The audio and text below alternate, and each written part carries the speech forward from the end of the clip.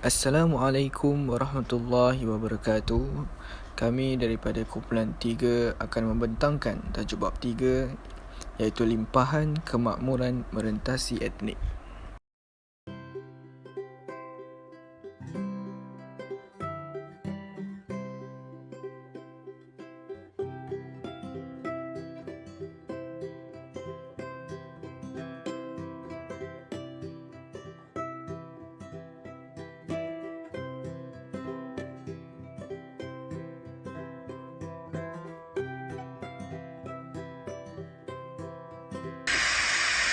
Sebagai pengenalan, pertumbuhan dan pembangunan ekonomi berkait rapat dengan kestabilan sosiopolitik sesebuah negara.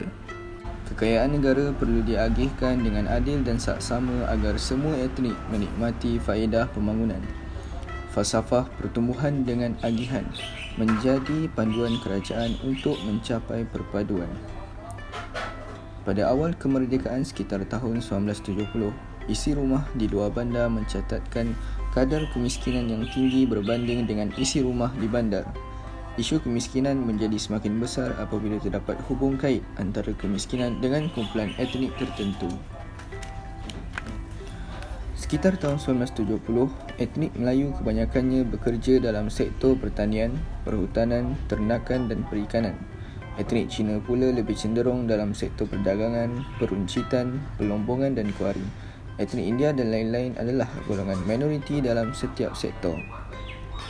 Isu kemiskinan menjadi persoalan utama pada tahun 1970 kerana terdapat jurang pendapatan dalam kalangan etnik Melayu itu sendiri. Selain itu, terdapat juga ketidakseimbangan ekonomi antara etnik Cina dan etnik Melayu. Jurang pendapatan antara penduduk bandar dengan penduduk luar bandar juga semakin melebar. Ketaksamarataan pendapatan di Malaysia pada awal kemerdekaan negara sering menjadi isu dan tidak mampu dijelaskan sepenuhnya daripada perspektif etnik semata-mata. Sehubungan dengan itu, dasar ekonomi baru diperkenalkan bagi tujuan untuk membasmi kemiskinan dan menyusun semula masyarakat tanpa mengira kaum. DEB digubal selepas kerusuhan etnik 13 Mei 1969. Antara strategi DEB ialah untuk memajukan ekonomi serta menghapuskan pengenalan ekonomi berasaskan etnik. Matlamat DEB adalah ke arah mencapai perpaduan nasional melalui penglibatan aktif kerajaan dalam ekonomi. Institusi yang ditubuhkan untuk mencapai objektif DEB ini antaranya MARA, FELDA, FAMA yang bertujuan melaksanakan projek pembangunan di luar bandar. Institusi lain seperti RISDA, Maju Ikan Fish Protect bertanggungjawab meningkatkan pendapatan dan produktiviti bumi putera. Terdapat banyak lagi institusi lain yang terlibat dalam dasar ekonomi baru ini.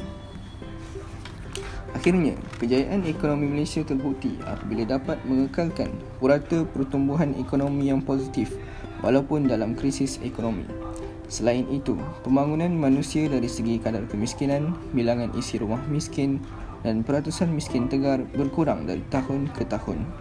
Peningkatan kualiti hidup juga dapat dilihat daripada aspek kesihatan, pendidikan, pemilikan barang-barang keperluan asas dan penyediaan infrastruktur. Antara isu yang perlu dihadapi ialah wujudnya ketaksamarataan pendapatan yang semakin melebar dan isu pertumbuhan atau agihan. Jadi negara Malaysia menanganinya dengan memperkenalkan dasar penswastaan, model ekonomi baru MEB dan program transformasi ekonomi PTE. Secara kesimpulannya, kerajaan berperanan penting di dalam mencari titik keseimbangan antara agenda pertumbuhan dengan agenda agihan yang adil. Dasar ekonomi baru adalah dasar negara yang dibentuk untuk mewujudkan perpaduan nasional. Falsafah pertumbuhan dengan agihan membawa kepada limpahan kemakmuran merentasi etnik. Sepanjang tempoh 4 dekad yang lalu, ekonomi Malaysia mencatatkan prestasi yang sangat membanggakan. Namun, kepesatan ekonomi perlu diurus dengan bijak agar jurang antara kaya dan miskin serta ketaksamarataan pendapatan dapat ditangani. Sekian daripada kami. Terima kasih.